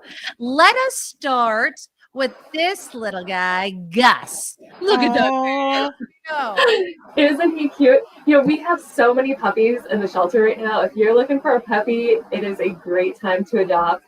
We have Gus here, who is a 3-month-old Australian cattle dog mix.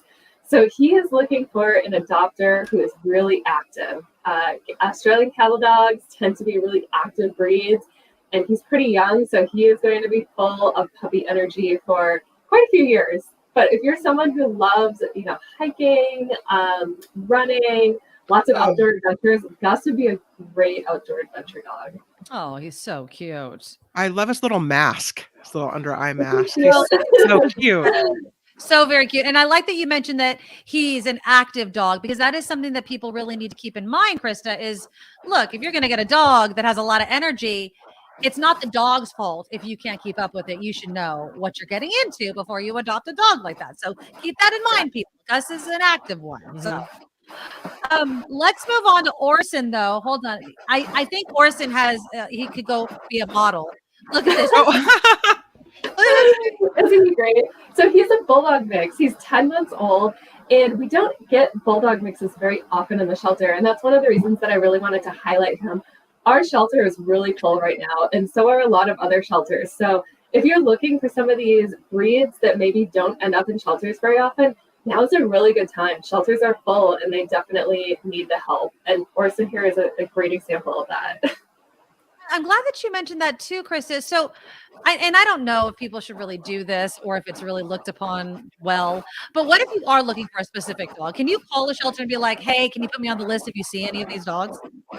Well, some shelters have lists, some shelters don't, so it really depends.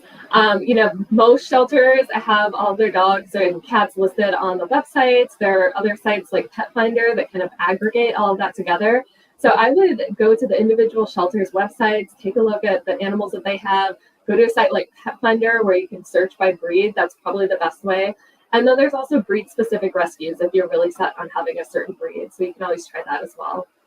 Right. And then you have the SPCA has started something today called the 50-mile walk run for animals. Tell us about that.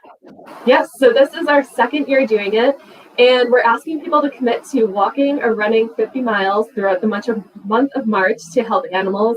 And it's a really, really fun way to get involved. Basically, super easy to sign up. You go to our Facebook page and join our private Facebook group. Once you do that, you'll be asked to start a Facebook fundraiser on our behalf and ask your friends and family for support. It's super easy to set up, takes 2 or 3 minutes, and it's a really great way to get your daily steps in. It's really fun to have that motivation, to be part of the group, to get that energy from others.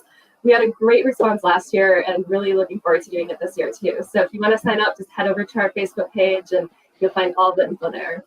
We love it. SFSPCA.org is the website if you want to see Orson or Gus or other pups that are up for adoption. We do have some of our viewers wishing you well, Krista. We always appreciate you coming on. Best of luck. And thank you so much for being a part of the Nikki Medoro Show. We appreciate you so much. Thank you so much for having us. Yeah, we have loved being on the show. Okay, great. We're going to continue it. It'll be somebody else, but good luck, Krista, and have a great day. Krista. Bye.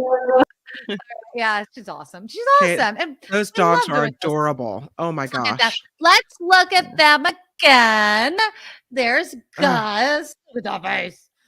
Where's my Nugget? Oh, he's behind so my chair. Cute. Nugget's like, I'm not even paying any attention to you. And then there's Orson. I mean, look at this dog. Like, look at that. I swear I was never a dog person until I got freaking Nugget. I'm telling you. And now the funniest thing, if you go with my husband anywhere, if you go anywhere with my husband and all of a sudden he makes it sound like, oh, it's because he's seen a dog. Because a dog, but like, because we have a golden doodle and they're everywhere. I mean, it is the most popular dog, I think, or a labradoodle or something like that. And where we see them, and we call them all Snuggaboos because that's what we call Nugget. That's one of his many nicknames is Snuggaboo, and so we just see Snuggaboos. But wait, put that back up. That was a really good point, actually. Yeah.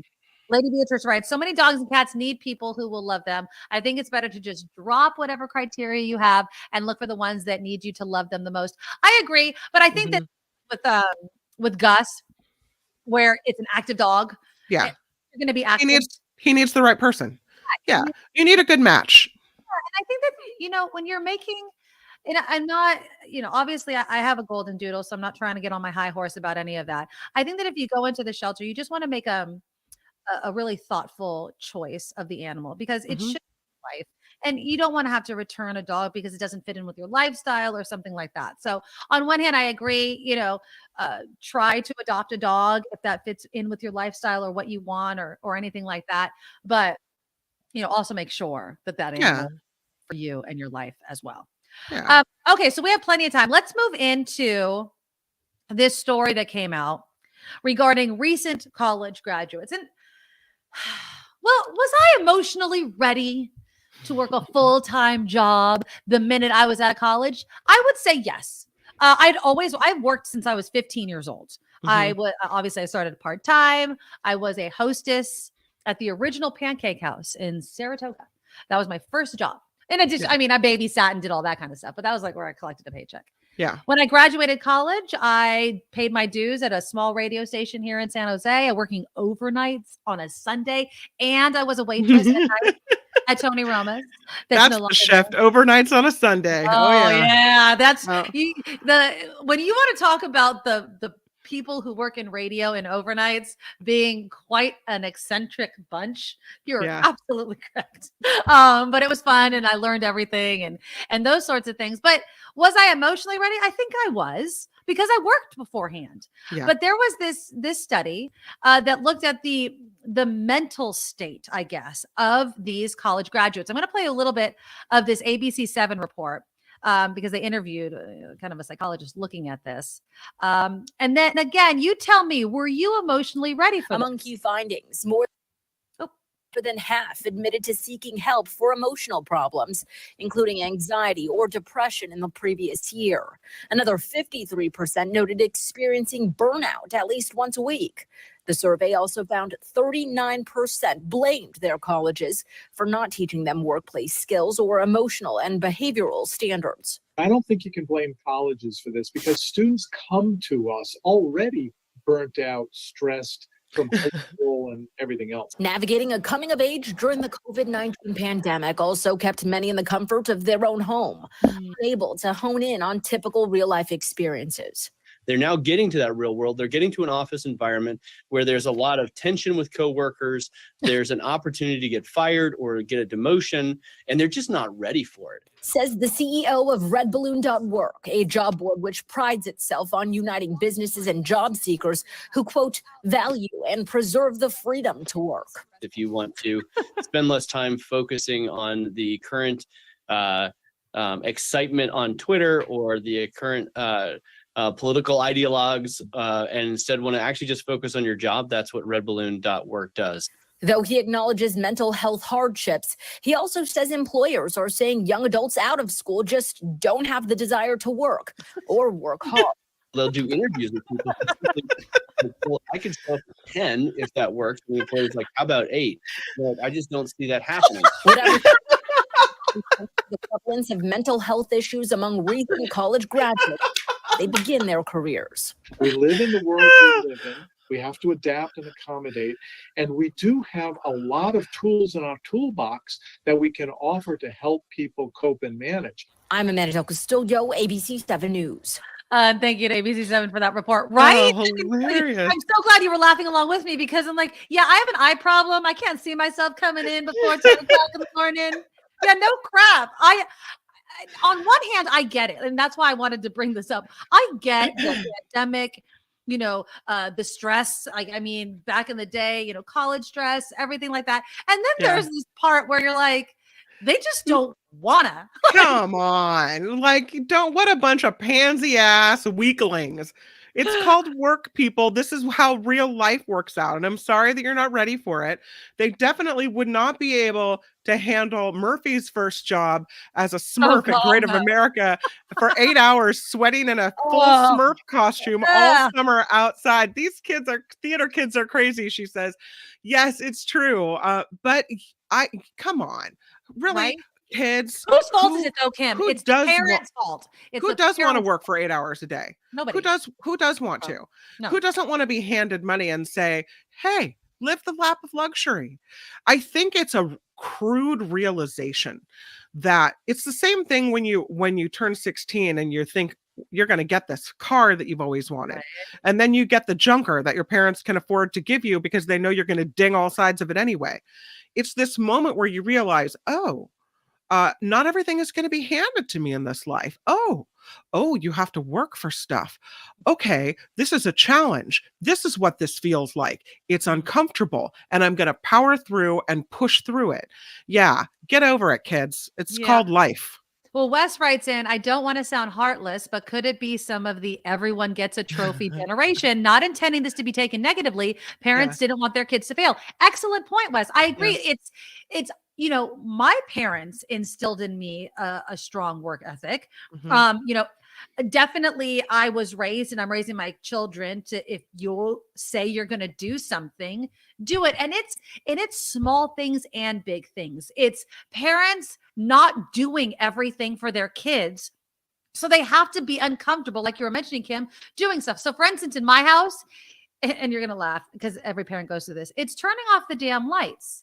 And what I've done now is I make them get out of their cozy little spot, get off their ass, and turn off the light, even though I'm standing right next to it.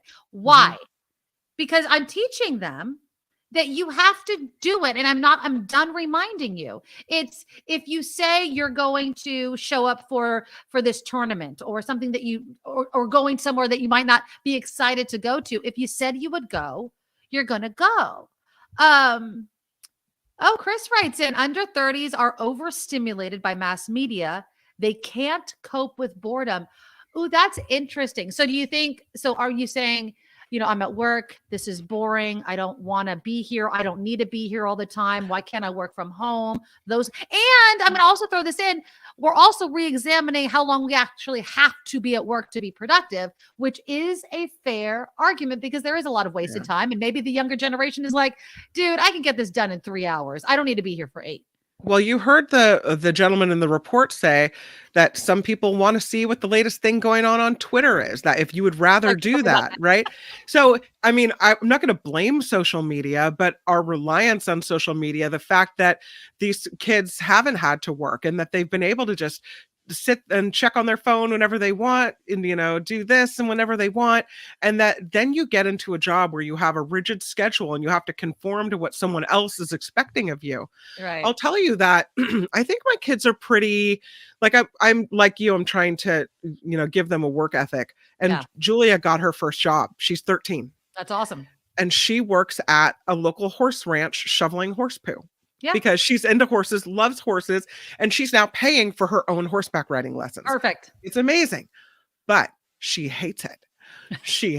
Who wants to shovel crap all day? That's Nobody. Right. I'm like, how was work? She's like, I was shoveling poo, Mom. How you think it's going? She apparently, according to her boss, the woman who teaches her horseback riding lessons, is slow. She's a slow horse poo shoveler.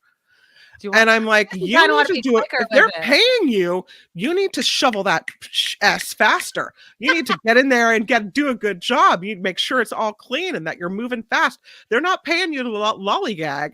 And she's just and I would want to stand in there much longer, like be quicker with it so you can get the hell home, right? Well, I guess so. I mean, there's only so much to shovel, and when the shoveling's done, you're done. I don't know. Just shoveling and then just seeing the horse just continue to poop.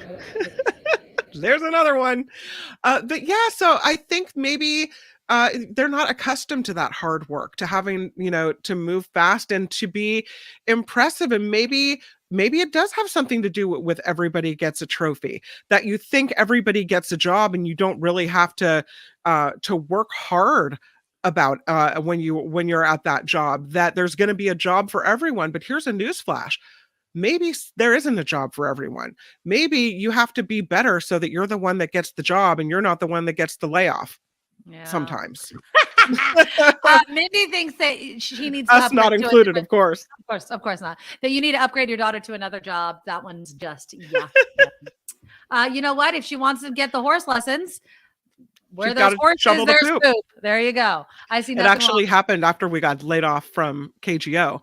I said, I can't afford 2 lessons a week. We're going to have to go down to 1.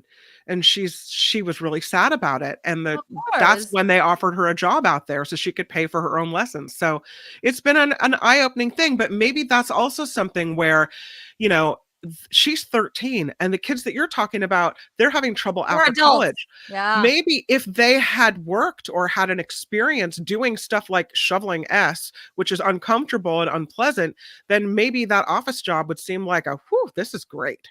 Yeah. Yeah. Nick says, have the rules changed for work age? It used to be 15 with a permit. I don't know. I do know that when I had my first job, it was 15 with a permit. I had to go to school, that I had to have a piece of paper signed and all that kind of stuff. Yeah. I do also remember being so excited to get the job and then not being as excited when I had to go to work in the morning. I'll never forget it because I was 15. My dad was teaching me to drive. That's another thing that's going by the wayside, Kim. Kids getting their license and driving. Yeah. It's getting People used to be older. so excited. They wanted it on their 16th birthday. Yes, and now it's like, no, they're like, I could be with my friends online. That's where we all are. And so I feel like, when I got my job, I remember my dad made me drive just because I was learning how to drive and using my permit or whatever. And I remember there's this huge roundabout on the freeway on 280. And I was so deathly afraid of driving on it. I was like, oh my God. And my hands were sweating. But it was this situation where 1, I was uncomfortable driving. 2, I was not wanting to be at work in the morning, but I did it anyway, because I said I would. Right. And you just have to continue to show up. Yeah. I don't want to necessarily just blame the adults, but they're also adults. So figure it out. No one's going to hold your hand anymore. I'm sorry. It's just not. And yes, Harry, every job does require. Good point. Very, very good. And by the way, speaking of when you're allowed to work, if you have special permission, I think your school has to sign off on it. Your parents have to sign off on it. Then you can have a job, and only for a certain number of hours. Janet says, my daughter is 16 and is not interested in driving. I was at the DMV on my 16th birthday getting my license, same as me. That's why mine expires on my birthday. Like, it just does, because that's when I got it. And I remember I was driving my dad's Cadillac and I was so upset because one of his taillights was out. And I was like, they're not going to let me test on your car, because they did though. And the only thing that I had marked off on my entire driving behind the wheel test was that. I got it. Like, I aced everything else. That's what I always tell my husband when he complains about my driving. I go, I aced my driver's test. Thank you. I would argue, Wes, that they pay her in real money and she has to turn around and hand them the money if she wants the lesson. If she doesn't want the lesson, she can spend the money on something else. So I think it's a real job. They wanted to do that because they're trying to teach her about money. Yeah. I love it. I absolutely love it. I mean, I'm loving all of these stories. Terabyte says, I was 15 and I cleaned my uncle's cabinet shop. That's a good job. Yeah. Floyd says, as a teenager at McDonald's, I was the inventor of the 1 pounder with cheese. To me, though, yeah, I don't like that. That's funny though. But yeah, it's kids have to work. Tony in San Antonio though says, I blame the quiet quitting crowd. I'm not going to get into this argument again, but if we are saying it's okay to do the minimum, not the minimum, what they pay you to do. Okay, but anyways, but pay me, tell those people who you don't have to work hard to do a little extra. Wah, they cry about it. I don't want to work, pay me. No, I again, we're not going to debate this again because you know how I feel. If you want me to do a job, I will do that 100%. If you want me to do extra, pay me extra. That's how I see it. It's not, I don't like the idea of quiet quitting. It's doing the job you pay me for. But I get what you're saying though. I think that there can be a disconnect in how much I should be paid to do this sort of job also. Like, oh my God, I have to work overnights at a radio station following a guy that farted all night in a small ass booth. Yeah, you have to do that because you have to pay your dues and you're going to get peanuts. Like literally, I think a bag of peanuts probably cost more than I was being paid in my first job. But you're not really working for the money at that point. No, you're working for the experience. You're working because you know what it means to go up that ladder, right? Yeah. Chris says when I was 16, gas was $1. No insurance was required. Yeah. I remember when I started driving, gas was about 99 cents. I remember because I would always ask my dad for like $20 because that like helped fill up my tank and gave me some spending money. It was, and it's been like an ongoing joke. It's like $20, man, $20. He didn't know it's given to me though. But yeah. All right. Great show, guys. Thank you so much. So tomorrow is Friday. I don't know what I'm going to eat. I was not able to go yesterday. Oh, I did not able to go to that one restaurant. It's so frustrating because then I just was looking on their page today and they were doing lunch again. They extended what they were serving by one more day, but just for lunch. But I saw it too late. So I'm putting that one on the back burner until the next day of the month. Hopefully it's not a freaking Wednesday, but I bet they do that because it's a slow day. So they bring people into the restaurant, which makes sense. I do have a couple of other ones. I have someone that wanted me to try a vegetarian restaurant. Okay. Another person I know wanted me to try a restaurant where the spot is kind of cursed. You know, those areas where like something goes in there and out of there every couple of years. It doesn't like nothing sticks. Yeah. So there's a restaurant there that's, I don't think it's a chain. I do think that they have another location though. So I don't know if that's typically, it's not like a Jack in the Box or something, but I might try that one. So you guys can let me know in the comments. I'll read them as I prepare for tomorrow. What you guys want me to try? Some people to thank. Oh yes, we have to do our thank yous. Please, please, please. Wes with a $5 super sticker. Will you throw them up for me, Kim? I would adore you for doing that. Thank you, Wes, so much. And thank you for all of your contributions again in the chat room. Andreas writes in, many immigrants, including my family, have worked most of their living hours and have become successful as you are doing now with $20. Oh. You are. And Andreas, I love it. And I saw somebody else mention that we need to do, why do you do it with you, Andreas? And I'm down if you're down. So email me and let me know when we could set something up. And another $20 from Andreas. I adore you. Thank you so, so much. Walter, 5 on the payroll. Aloha. Great show with a $5 donation. Thank you. Mahalo, Walter. You rock. Thank you so much. Another from Andreas, $10. And he says, fire all the politicians and have the people vote directly. No more ignorant representation. Ooh, we'll have to delve into that conversation. That's an interesting topic. We'll save that one, Andreas, because some people are just not educated. I don't know if I want everybody voting. EDD needs to be Trumpized. To see Nikki, there is a place for Trump. And another $10 donation. Love you, Andreas. You are the best. Linda with $20. Congrats on the 100th. Wishing you many, many more. Myself too. Thank you so much for that donation. $20, Linda. Thank you so, so very much. And an early happy birthday again to Andres. You better be here tomorrow with your $20 donation. Thank you. We will sing you happy birthday, even though I do maintain it's one of the most difficult songs to sing well. It sounds terrible in my voice. Wes, another $5 super sticker. You guys are so generous. And another $20 from Andreas. My God, my friend. Thank you so, so much. I adore you all. All right. Is that all the donations? That's it. Oh, I thank you all. You guys have been so generous. Thank you so much. And again, we will talk tomorrow with a fun Friday food segment. I'll figure it out, but let me know in the comments what you want me to eat and try out. All right. Bye. Nikki, you're all so awesome. You're proud, like a beautiful blossom. You're all so the best. I really can't rest. You're all so awesome. Wow. Okay.